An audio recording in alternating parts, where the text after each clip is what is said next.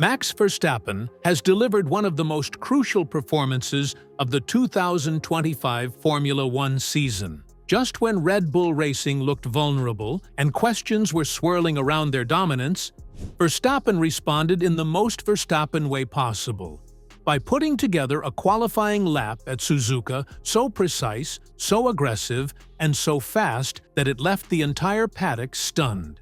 This was more than a pole position. It was a statement, and it came just in time. Heading into the Japanese Grand Prix, the talk was all about McLaren. Lando Norris and Oscar Piastri have been steadily closing the gap since late last season. Many in the paddock believed McLaren now had the fastest race car over a full weekend. Red Bull, by contrast, appeared to be on the back foot. Their performance in Australia raised eyebrows, with Verstappen struggling to extract performance from the RB21, and murmurs of balance issues and tire temperature inconsistencies spreading throughout the garage. For the first time in a long while, Red Bull felt beatable. But in Suzuka qualifying, Verstappen turned everything around with one breathtaking lap. He clocked in a time of 1 minute, 26.983 seconds, just 12 thousandths of a second ahead of Norris, and 44 thousandths faster than Piastri. Yes, that's how tight things were. But Verstappen's lap had that something extra, the edge you only see from champions who can block out pressure and deliver when it matters most. After the session, Verstappen told reporters, "I gave it everything. We've been struggling, but today, the car felt alive again. That lap, man, it felt like flying." That quote says it all. Suzuka is one of the most technical circuits on the calendar, and a fast lap there doesn't come easy. It requires perfect commitment from the first corner to the last. Let's break it down. In Sector 1, where the S-curves demand fluidity and razor-sharp direction changes, Verstappen was nearly flawless.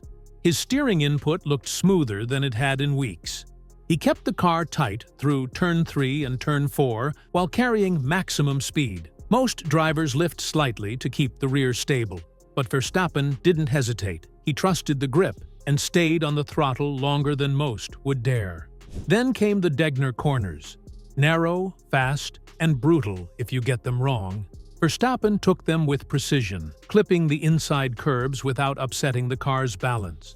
The RB21 had been tricky under braking earlier in the weekend, but those setup changes Red Bull made overnight clearly paid off. The rear end looked more stable, and Verstappen could push deeper into the corners without fear of snap oversteer. Coming out of the hairpin and down to Spoon curve, Verstappen's line was aggressive yet clean. His exit from Spoon was vital. It set him up for a maximum speed blast through 130R, one of the fastest corners in Formula One. Again, he didn't lift a fraction longer than he had to. It was the maximum commitment, and it worked. Christian Horner, Red Bull's team principal, summed it up afterward saying, "That lap from Max, just sensational." The car hasn't been easy lately, but this is what happens when everything clicks. For Horner and the team, this performance must have felt like a huge weight lifted. They've been under pressure, not just from other teams, but from within. Verstappen himself reportedly requested changes to the rear suspension and ride height, something Red Bull rarely adjusts so dramatically mid-weekend. It was a bold move, and it paid off. McLaren's response was respectful, but clearly frustrated. Lando Norris said, "We were quick all weekend, but I knew as soon as I saw Max's time that it would be tough. That was a hell of a lap." Norris had been confident coming into Saturday, and rightly so. McLaren's upgrades have made them a genuine threat. But, as Norris pointed out, it wasn't that McLaren got it wrong, it's just that Verstappen found something extra. Oscar Piastri echoed that sentiment, adding, "I don't think we did a bad job, but Max was just on another level in that lap. That's what champions do." It's high praise from a young driver who's proving himself more and more with every race. Piastri's own lap was clean and fast, and for a moment, it looked like he might grab his second career pole. But Verstappen denied him. Just barely. It's worth noting that this was a very different Red Bull from the one we saw in Melbourne. There, the balance issues were clear. Verstappen didn't trust the rear end, and the car simply wasn't responding to mid-corner corrections the way he liked. But at Suzuka, the feedback was more predictable, the grip was higher, and Verstappen was able to lean on the car with confidence. Red Bull's ability to turn things around between weekends is part of what makes it so dangerous. They don't panic, they adapt. In this case, their willingness to make bold changes, combined with Verstappen's skill, gave them the edge. But there's another factor we haven't talked about yet: the weather. Rain is expected on race day, and that changes everything. A wet Suzuka is a totally different beast. The strategy will become even more important. So will tire choices, pit stop timing, and visibility. It's possible that McLaren, who's been strong in wet-to-dry transitions, could gain the upper hand during the race. And if there's one team that's fearless when it comes to aggressive strategy, it's McLaren. Still, it's hard to bet against Verstappen after a performance like this. He's not just fast. He's composed, focused, and completely locked in. The way he raised his fist after crossing the line wasn't a celebration. It was a warning to the rest of the grid. He knows the fight is far from over. But with that lap, he just reminded everyone why he's a three-time world champion. The fans at Suzuka felt it too. The grandstands erupted when Verstappen's time went up on the board. Even in Japan, a place known for its more reserved and composed crowd, the energy was undeniable. The roar from the spectators was electrifying as they realized what had just happened. Verstappen's lap wasn't just fast, it was something special.